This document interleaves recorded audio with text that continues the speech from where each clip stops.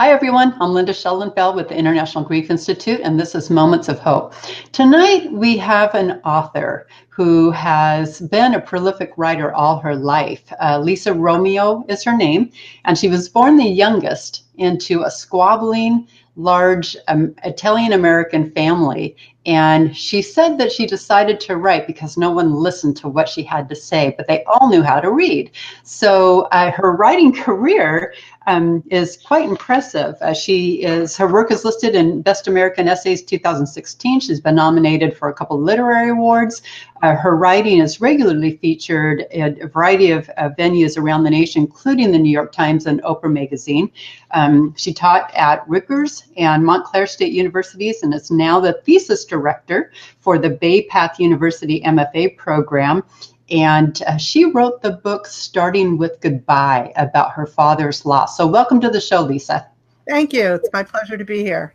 Yeah, so tell us what happened with your dad. I know that we've got a lot of interesting things to talk about tonight, including America's disdain for death and grief and loss. But to lay the framework for that part of the conversation, take us back to when your dad passed 12 years ago. What happened? So my dad passed. He was living in Las Vegas for the last 25 years of his life. That's where my parents had retired. I was still living in New Jersey, where I was born and raised. They moved right after I finished college. And so we had this very long distance relationship for a couple of decades. And right after he passed away, I was overcome with this very clear notion that we didn't know each other very well, which was a terrible shame because on the face of it, we had so much in common. He liked to write, although it was not his career. He was a scrappy entrepreneur, and I've always worked on my own except for like a 10-year period of my whole adult working life. And I thought, gee, we didn't know each other very well. I'd like to get to know him better, even though he's gone now. And I know that sounds somewhat silly. Well, did you feel that way growing up? You grew up in an affluent household. So yeah, what happened was, I'm sorry, go ahead. Well, did you feel that way as a child, that you were somehow somewhat disconnected from him or just didn't know him very well? Or was that something that came about later in life? You married your high school sweetheart and life goes on. You create these, a different world for yourself. And so was that something that came about after he died? Well, I was this like adored youngest child, and my birth coincided with when my father started to make a lot of money, which he had not done at all before me. So my brothers and sisters kind of grew up in a totally different kind of household. So we traveled a lot, and I was this very pampered, adored youngest child, and I adored my father. We never had a big falling out. But over the years, I just felt like we had grown emotionally distant. And he was a hard person to get to know. Everyone loved him. Everyone idolized my father. He was the prince among men, is what everybody called him. He helped everyone, whether it was with money or connections, or he did everything he could for everyone. And people adored him. But he was hard to know. And he was a little bit distant. And then he had all these quirks, which I think a modern day person might be diagnosed with OCD or maybe Asperger's. And so that made it tough for us to get to be close as well. And so then by the time he died, I was so busy with raising children and working that I wasn't paying a lot of attention, unfortunately, to what was going on with my parents. I lived 3,000 miles away, and so everything was limited to visits a few times a year. Right. And just don't have the time to make the effort. And I really, I didn't make the effort, which is sad. But after he passed, I felt like my whole grief was consumed with, who was this guy? Why was he hard to get to know? Why was it that we didn't have a better relationship than we did? What was all that squabbling and bickering about? And so, to me, grief is about remembering. You can't forget it. You can't get over it. There's no such thing as closure. It's always going to be there. You just have to figure out what it's about. What's it trying to tell you? What can you get out of your grief? And to me, what I could get out of it was trying to find out who he was, what was our relationship, where were the stumbling blocks. And to me, that was very enriching and fulfilling way to spend a couple of years of grief. Well, in your book, um, starting with goodbye, you talk about having conversations with your father after he passed. What's that about? Yeah. Well, if you noticed, I never really decide throughout the entire book what it is. I don't name it. I don't say, "Oh, he was an apparition," or "he was a ghost," or anything like that. I think a lot of it was me trying to find a way to communicate what never got communicated, but for him to have a way to tell me things too. And I know that sounds weird, and I don't claim to be communicating with a spirit or anything, like that. I just felt very strongly that I have to listen to all the things I didn't listen to that I could have listened to while he was alive, that he was trying to tell me, but I was so busy. And we were always like, he had to be right. He had to have the last word. And then, of course, when you send a kid to college and graduate school, she wants to be right and have the last word. He was a guy who had to quit school in 10th grade because he had to support his siblings after the Depression. And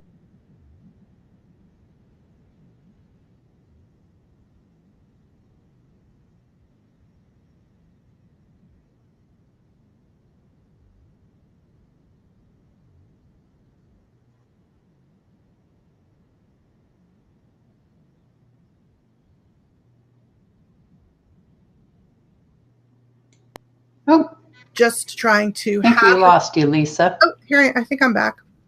I was trying to have the conversations that I felt we could have had I been paying attention all those years. So, with the conversation you had with your dad, you don't identify it as you being a medium or the apparitions or what have you, but yet it's very intriguing because many people have conversations with their loved ones after they pass, and it's called after death communication. And so, is that a main theme of your book, or is it about the passing of your father and discovering a relationship after he passed?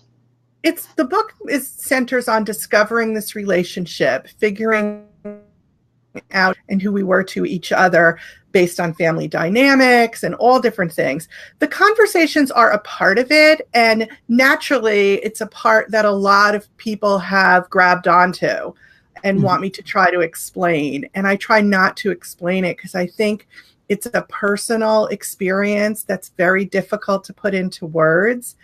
And I have had the experience since writing the book. I have spoken to probably dozens of people at readings, or people have emailed me that I don't know, strangers, and friends and relatives too, who had never said this to me before.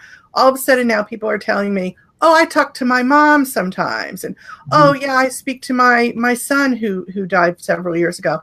And they're so, they're happy to have somebody else to talk to about this, because as you said, when we first started to talk tonight, there's such a shroud of silence around death and after death.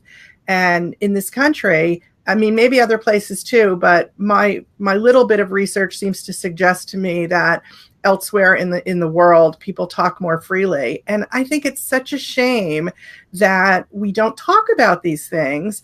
I mean, death and grief are a huge, significant part of our human childbirth, or about love, or all those other really rich, wonderful human experiences. And I'm not saying death and grief are wonderful, but you can have, a good grief experience. You can extract something wonderful out of it if you're curious, if you're willing to talk about it and not try to push it away. Because I think pushing it away is the worst thing, that you're going to have a horrible time if you try and get over it. Well, I agree with you. Death has been around since the beginning of mankind. And having lost a daughter 9 years ago, I've learned firsthand just how fearful Americans in particular are of this is an issue as a life event. That it's not comfortable. People see me coming and cross to the other side of the street.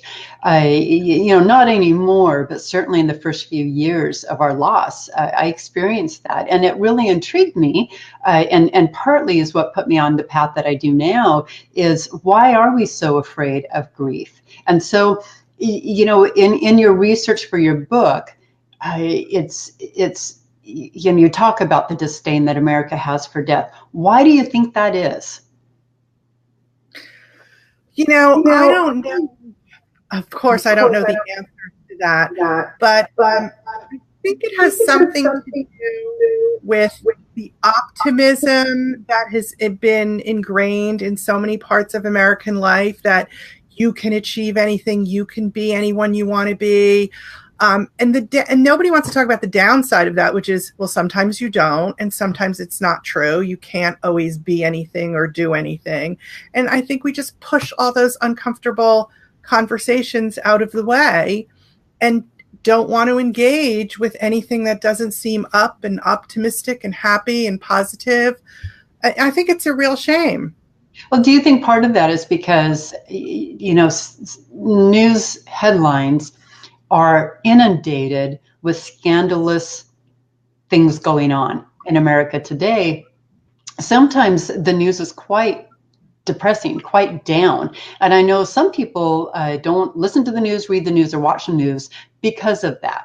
And so do you think to some degree people don't want to talk about grief because it's just one more thing that is a bit of a downer? And I agree with you that there are blessings that come from loss. I've experienced them myself.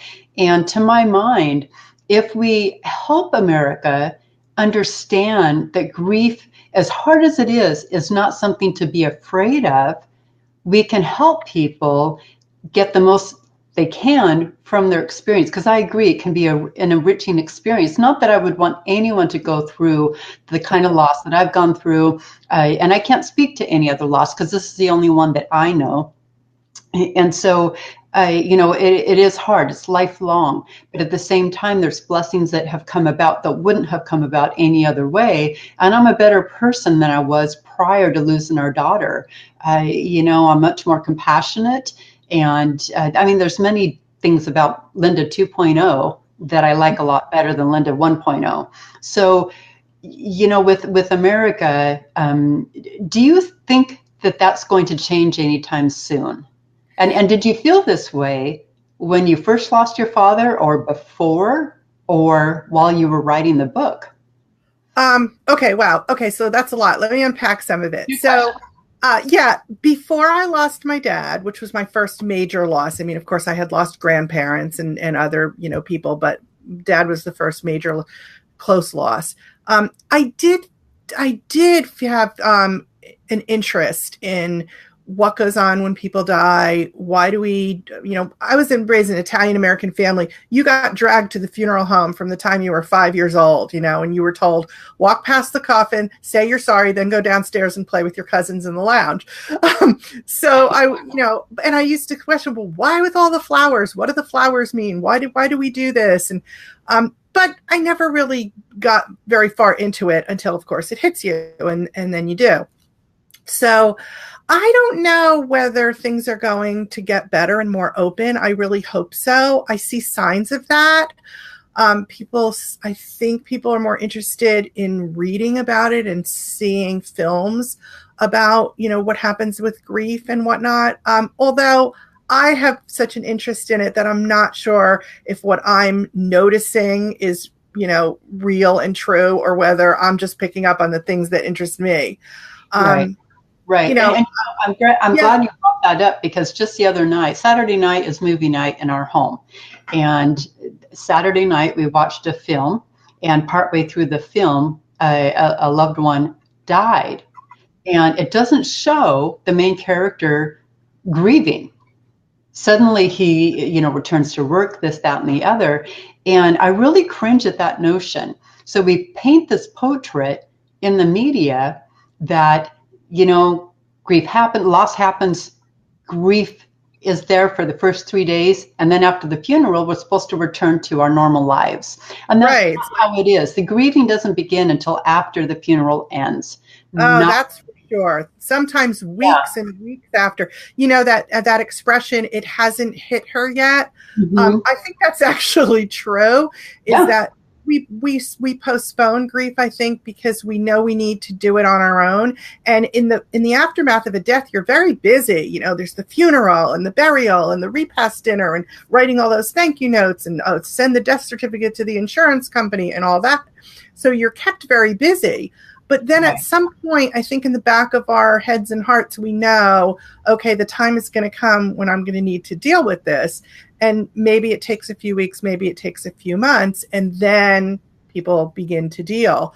And unfortunately, in that intervening time, people say things and they mean well. Everyone means well, but They they do. say things that stop you from expressing anything. So if they say it was for the best or he's in a better place, then you can't express, oh my gosh, I'm so mad. He was the first day he was in hospice. They told us he probably had 3 months, and I'm just so angry that he didn't have that time, for us to gather around and get our heads around it. When people say things to you that they're meant to reassure you, but they don't. They just put a stop to your expressing anything. And so Right. this I think feeds into that whole problem with why can't we talk about it? Well, and I agree. People, they say things they mean well. It comes from a heart of wanting to make you feel better. And the truth is, there are no words in the human language that make grief feel better. It's many other factors come into play, and words is not one of them. But we want to offer comfort. We want to say something that dulls the pain because we hate to see people suffering. But what that also does is it kind of, because grievers tend to be raw, especially in those first few months, if not years. And, things can really irritate us, well meaning things. But this also sets us up to some degree for people being judgmental and criticism. And so, what is your thought about that? Because you talk about that in your book as well. How do you get people to, go through their grief, mourn the loss of a loved one without that judgment, without that criticism of someone else's journey or comparison?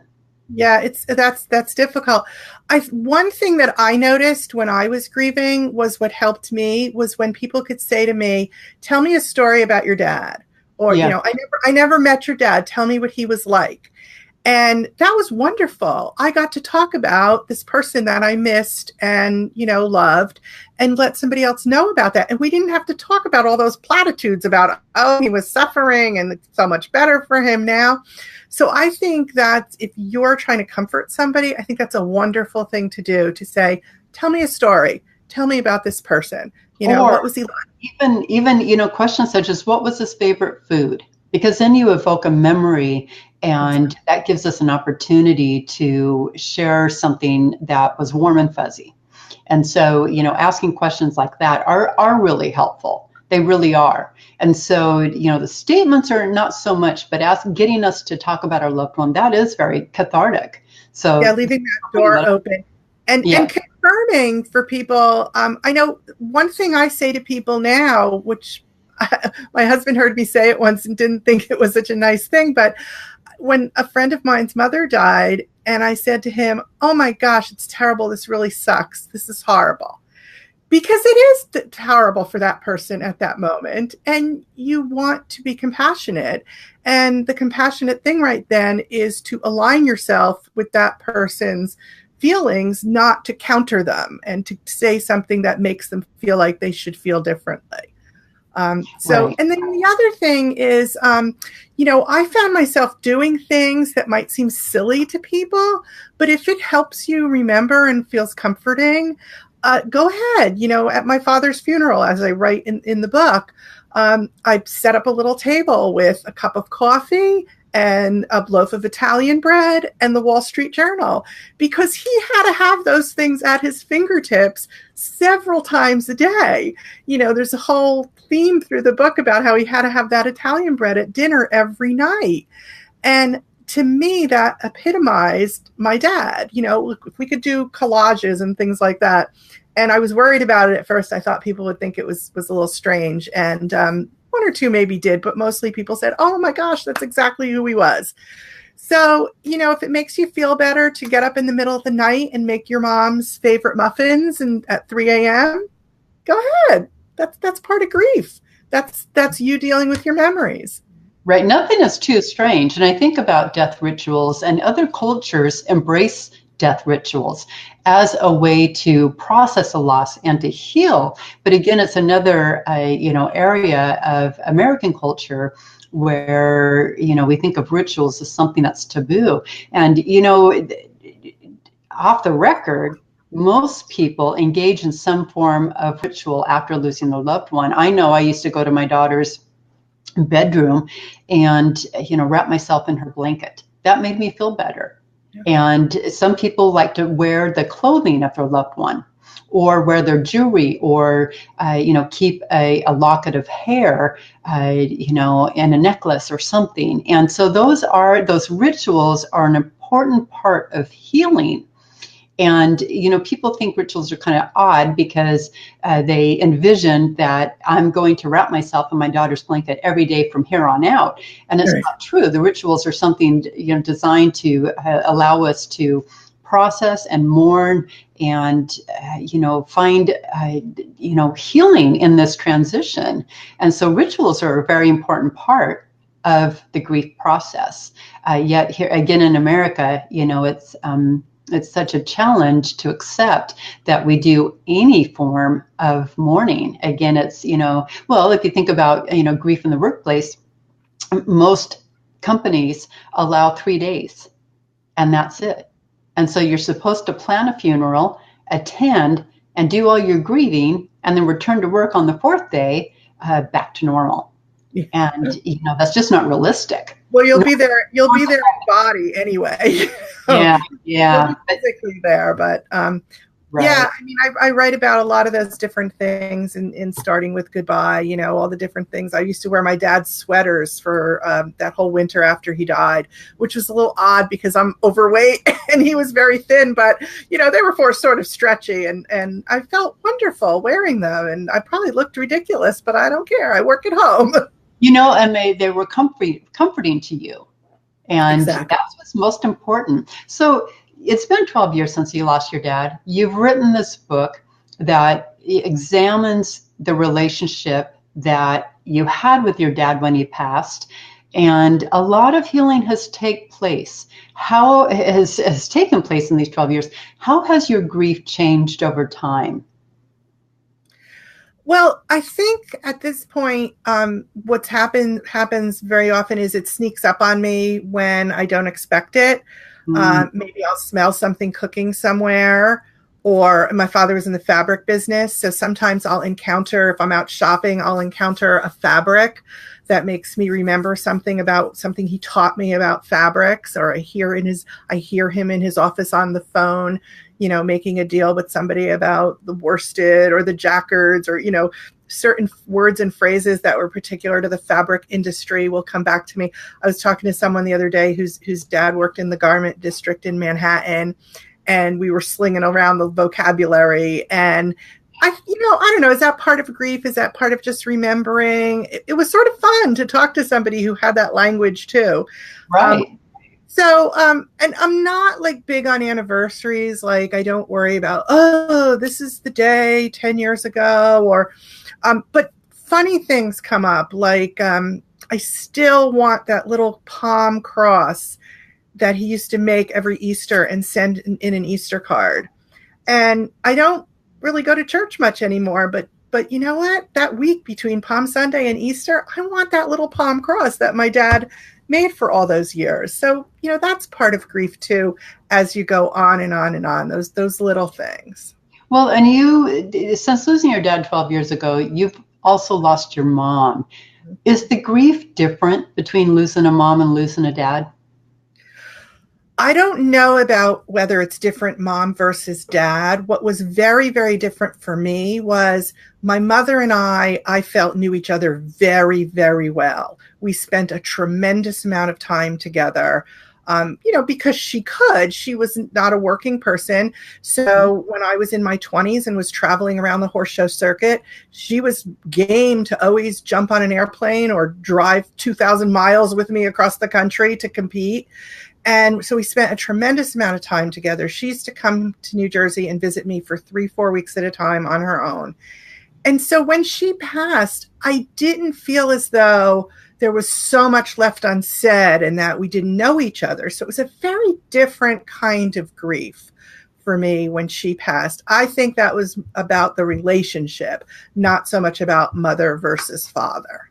Sure. And also, in loss, we tend to think of loss of our parents as a natural progression of life. And yet at the same time, it's still a profound loss. And so what do you think is the biggest challenge facing adults who have lost a mother or a father? Oh, gee, that's a little bit of a tough question. I'm not really sure. I know a lot of my friends who've lost both parents say, "Oh, I feel like an orphan now," I've heard or that too. I Yeah. don't actually feel that way, and I don't know if that's just me. Um, I still have children at home. They're college age, but they're around all the time. So I'm still in that role of, active parenting. And I think it might be different for me. If the nest were empty, I might feel a little differently. I know one thing that I miss a lot is just being able, when something rotten happens, or I feel terrible when I'm sick, I do want to call my mom. There's nothing Right. like mom, even if she's thousands of miles away on the telephone. So there's that very profound idea that there isn't anyone to take care of me. Even though I have a wonderful husband and two great sons who are very, compassionate and all, you still, I think, harbor that sense of, well, I'm on my own, they're gone. And Right. Right. it's not a good thing or a bad thing. It just is. And I don't know if that's, common to everyone else, but I feel that at times like, okay, I'm on my own now. I mean, it's time. Right, right. And, it's not one size fits all. And people, when they face grief, whether it's of a child or a sibling or a parent or grandparent, they see it through their own filters and, also their childhood. So in your book, starting with Goodbye, you write about your dad and the conversations that took place after he passed. Have you had these same kind of conversations with your mom since Not at she passed? all. Not at all. Not at all? No, Okay. that's why I say it was so different when she passed. I felt like I felt as if we had said everything there ever was to say because, we would burn up the phone lines. And when we were together, we could just spend an entire day doing nothing but shopping and eating lunch and talking and talking and cooking and, all of that. So there wasn't maybe anything left to say. I dream about her. Of course, I think about her. And I have the same, lots of memories and all that I love having. But no conversations with mom. And so have you dreamt about your father as well? Oh, yeah. I still dream about him all the time. Sure. Okay. Okay. And so how has the conversations with your dad led to healing in your heart? Did you get to know him better? Oh, yeah. Definitely. Not just the conversations did that, but I did a lot of, I read a lot of things that he wrote. He wrote short stories, he wrote poetry. Some of the poetry was corny and silly, and some was really beautiful. Never tried to publish anything. Okay. So going through everything in his scrapbooks, in his office, looking at all the things he saved from his childhood, from his active years as a businessman and as a civic leader, just looking through everything that he had in his office that meant something to him, that helped me in so many ways learn more about him. And so that was very healing to me. Okay. Okay, that's really beautiful. And it seems to me that for people who are struggling with the loss of any loved one, but in particular a parent where they had unfinished business, that maybe journaling might be cathartic. Is, do you think that? Yeah, I mean, people have asked me, well, was writing the book cathartic? And no, not really. I don't think that. I mean, when you're writing a book, it's a big undertaking, and you're trying to make art out of something. For me, all the cathartic stuff happened with all the first draft stuff, all the things I wrote in my notebook, never knowing when or if I would ever publish any of it. But I wanted to capture those feelings and thoughts right away as they happened. Like the day after he died, I was writing in my notebook constantly. But I'll tell you one little tip that I think might help some people is very often you have to clear out someone's things quickly. Maybe, mom or dad lived in an assisted living or an apartment or even a home that has to be sold quickly. And so you go through that process very, very quickly. And sometimes you throw things away that later you think, oh, I would have loved to have kept that. Yeah. So if it's possible, and it's not always possible because of distance and whatnot, but if you can, just try to pack up some stuff that you're not sure about yet. Like, should I get rid of it? Should I keep it? See if you can pack it up. And even if the boxes clog up your basement or attic for a while, it was really wonderful for me a couple of years after my father died to open those boxes that I had brought back. I had packed up so much of his office and brought them home. And then to look at it with a little time having passed, it felt different to me. And I think I made different decisions about what to keep and not to keep than I would have had I had to immediately disperse everything. So Excellent advice. Excellent advice. Objects carry stories and carry memories. Yeah, if in doubt, don't throw it out. Keep it. And I like that. Box it up, put it aside, and come back to it later. There's no rush. Exactly. I mean, sometimes there is, but so my mother was a Shirley Temple collector, and the temptation at the time was to find, an antique store or memorabilia shop, and which there are a lot of actually in Las Vegas where she lived. So the temptation was to try and bring everything over there and sell it all at once and just keep a few important things for myself. But I didn't do that, mostly because I didn't have the time. But I packed it all up and I shipped it home. And I'm still opening those boxes 6 years after she passed now. And I'll tell you what's really wonderful is I'm giving all that stuff to people I meet and encounter who love Shirley Temple. So when I find a new person who says they like Shirley Temple, I pack up a box for them and I send it out to them. And to me, that's part of grief maybe too, but that's like a lovely legacy for my mom. Love lives on in different ways. And I loved Shirley Temple. I remember watching her as a child. Oh, well, you're going to have to give me your address later so you can have a box. Well, it's just, again, it's wonderful words of advice of, for someone who, because you're right, especially when a parent dies, there's sometimes a estate to settle and you've got to pack up their home. And sometimes they've lived in their home for 40 years. And, rather than undertaking such a huge task, just pack it up and put it away for now and then come back to it later on. And the same memorabilia and little scraps of paper and this, that, and the other will hold different meaning. So I like that. That's beautiful. So Lisa, if you could go back in time and give your former self words of advice today, what would you say? Slow down and listen.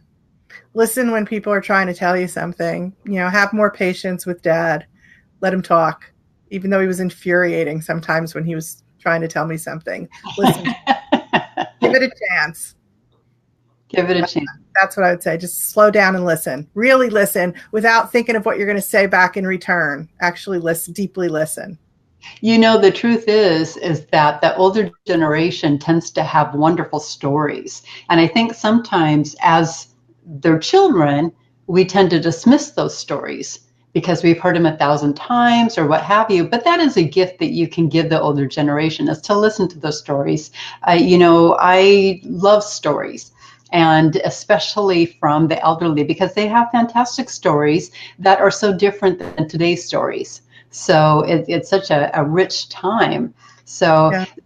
and so I like that. Slow down and listen. That's a One beautiful of the gift that you can give them, and they can give you as well. And so, again, going back to losing a parent, which many dismiss as, natural progression of life, this, that, and the other. What words of advice do you have for our viewers who are facing loss of a parent today? I don't know if I'm qualified to give words of advice, other than some of the things that I've just said that I, found out of my experience seem to be helpful for me. And so I'll pass that on as I do in the book. Maybe some people will find some of the things that I write about in the book to be helpful.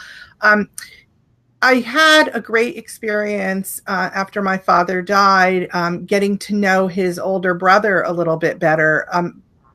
Out of pure circumstance, his daughter lived far away. He lived near me. She asked me to go check up on him.